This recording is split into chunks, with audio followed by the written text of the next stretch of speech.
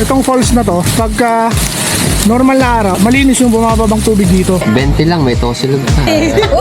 Shoutout po sa Victory Church. So nandito tayo ngayon sa tribu ni Oka. Sir, Thank you po. Maraming salamat po.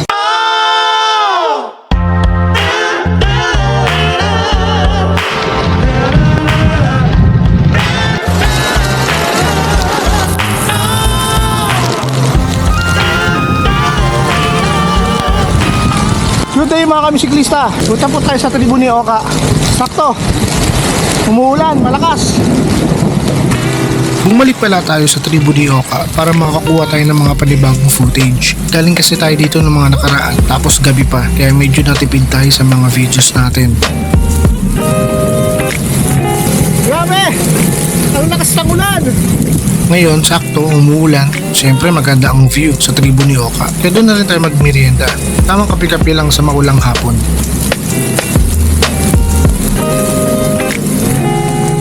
Minsan hindi ko rin ma-explain bakit bumabalik-balik ako dito sa lugar ng San Rafael. Well, dito lang naman talaga to sa amin. Pero hindi ko alam dahil hindi nakakasawa talagang pumunta dito sa bandang part ng Mount Pamintinan o sa tinatawag natin Wawa. Ito ang tourist spot ng Montalban kaya talagang puntahan to ng mga tao. Lalo na yung mga nasa ibang lugar. Pinupuntahan at dinadayo talaga to.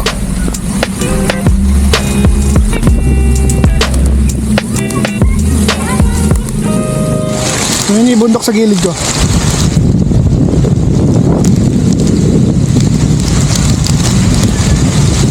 Ayan o, ang daming bata o.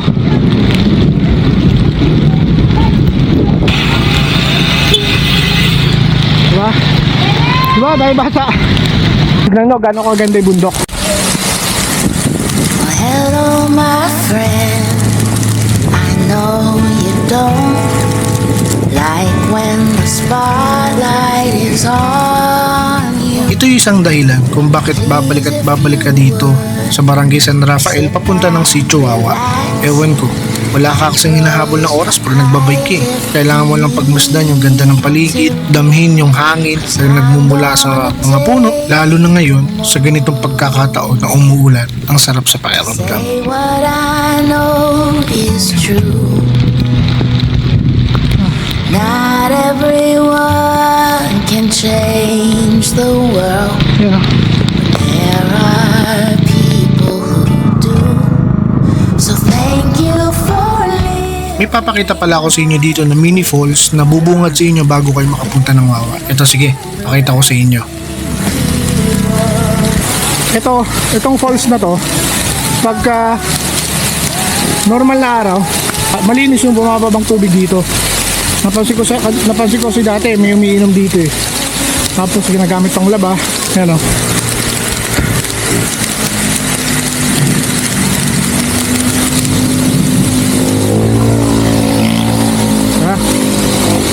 Shoutout pala kay Kepeped sa binigay sa ating raincoat. Have no wins from start to end. You've stayed humble. Tignan natin yung ilog dito sa baba. May tinatambayan tayo dito pagka umaga. So ito yan. Go about your days not seeking any fanfare or fame,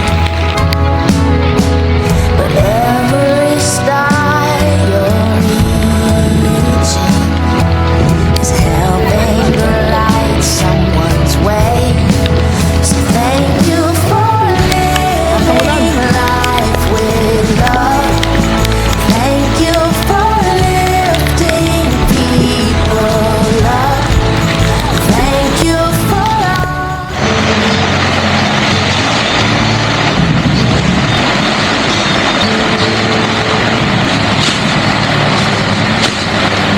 So nandito tayo ngayon sa tribu ni Oka. Bumalik tayo kasi kulang yung mga footage natin na nakaraan. Kasi tayo dito nila Kuya Randy.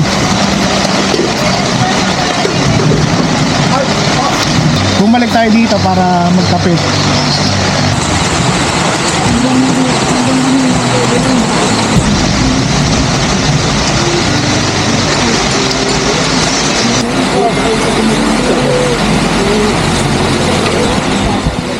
Ito pala si Nanay Heleng. Siya yung may-ari nitong tribo ni Oka at siya din yung halos nagluluto dito. May mga katulong naman din siya na crew nila dito na nagluluto.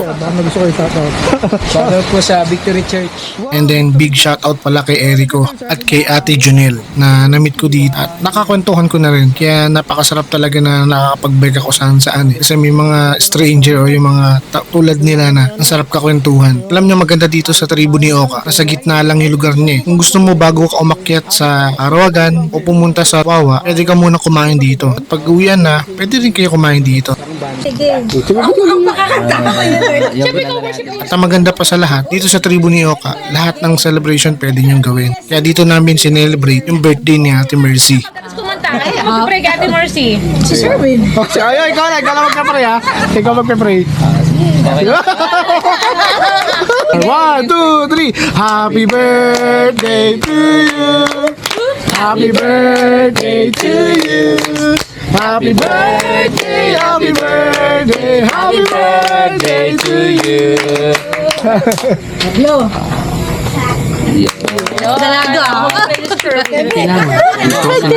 Ay, yan ako. Mali. 20 lang, may tosilog pa. This world's got enough for a lot of people. You turn around and one more's being born. But in this world of oh so many people, I'm so grateful you are mine and I am yours. You brighten every room that you walk in. Pagka na Webes, sarado po kayo na po.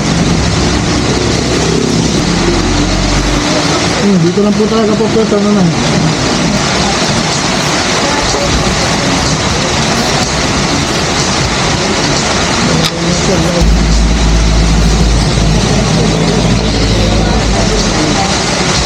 Sa inyo rin ito kabila na yun? Okay.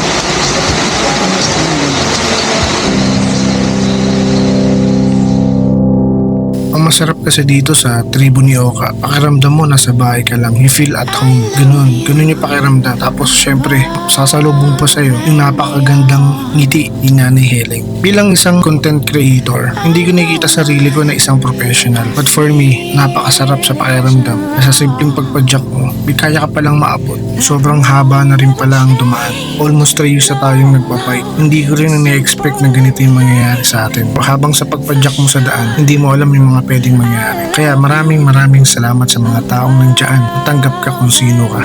Kaya lahat ng bagay na nangyari sa buhay natin ay may dahilan. May kanya-kanya tayong bundok na kailangan natin akyatin. Dahil kasama natin ang Diyos, for sure, kakayanin natin. When heaviness comes, So maraming salamat. This is Musiclista Stories. Ito ang kwento natin. when the good goes away.